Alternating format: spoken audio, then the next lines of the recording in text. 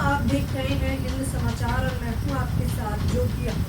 वर्ष 2027 की यूपी के विधानसभा के चुनाव में भले ही अभी देखा जाए 1.5 साल का समय, लेकिन सीएम योगी आदित्यनाथ को कहीं न कहीं ये समझ आने लगा है कि इस बार उनकी सरकार बनना नामुमकिन जैसा है। शायद इसीलिए 1.5 साल पहले से ही वो बताने लगे हैं कि आखिरकार उनका 8 साल का कार्यकाल कैसा रहा है। वो तमाम बखान भी कर रहे हैं, लेकिन इन बखानों को देखते हुए किस प्रकार से सुप्रीमो मायावती और नगीना के सांसद चंद्रशेखर आजाद एकजुट होकर प्रहार कर देते हैं। क्या ये इशारा ही ये बताने के लिए काफी है कि 27 में एएसपी और बीएसपी एकजुट होने वाली है?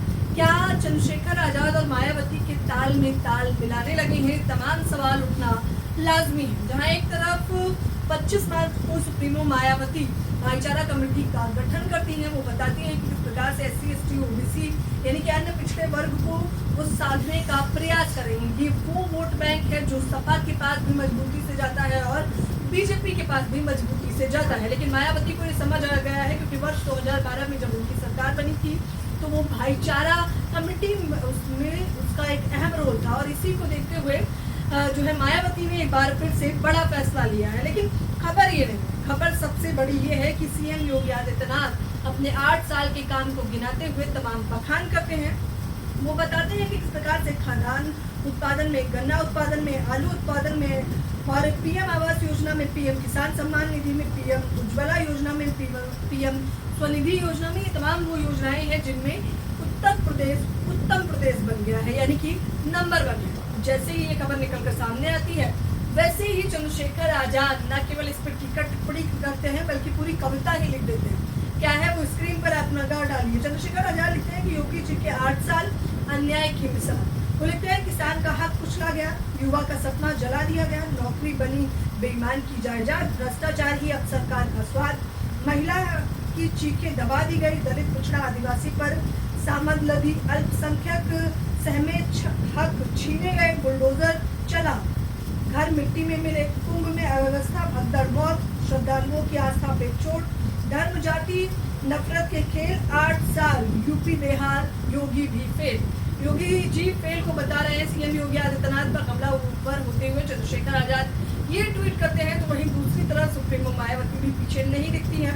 वो क्या कुछ दिखती हैं, निगाह आप स्क्रीन पर डालिए। के साथ ही यूपी में बीजेपी सरकार का 8 वर्ष का शासनकाल जनता की उम्मीद के हिसाब से पूरे तौर से खरा नहीं उतरा। कानून व्यवस्था के मामले में तो स्थिति काफी ज्यादा खराब रही, जिससे जनता काफी दुखी रही। यानी कि ये इशारा ही ये बताने के लिए काफी है कि तालमेल खाने लगी है एएसपी और बीएसपी। और हो सकता है दोस्तों, क्योंकि बहुजन समाज के तमाम लोग ये चाहते हैं कि चंद्रशेखर आजाद मायावती जी के साथ आकर ये लड़ाई लड़े। अब देखना ये होगा कि ये तालमेल जो अभी बैठ रहा है, क्या वो तालमेल 27 वर्ष 2027 में इतने सटीक तरीके से बैठेगा कि मायावती इस बात पर तैयार होंगी कि चंद्रशेखर आजाद ही अब उनकी पार्टी को आगे लेके जाएंगे और इस मूवमेंट को आगे बढ़ाएंगे।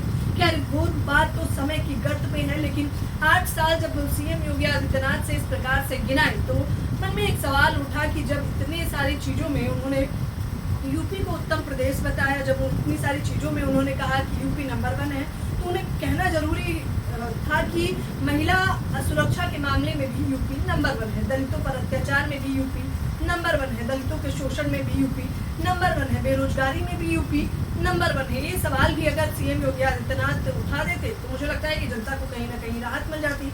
लेकिन क्या सीएम योगी आदित्यनाथ का ये कहना है कि 8 साल बेमिसाल? आप मुझे अपनी राय कमेंट बॉक्स में जरूर बताएं, या फिर चंद्रशेखर आजाद ने जो कहा है कि 8 साल बेहाल, आप किसी बातों में सहमति रखते हैं हमें जरूर बताएं। इस वीडियो को शेयर नहीं किया है तो साझा करना ना भूलें।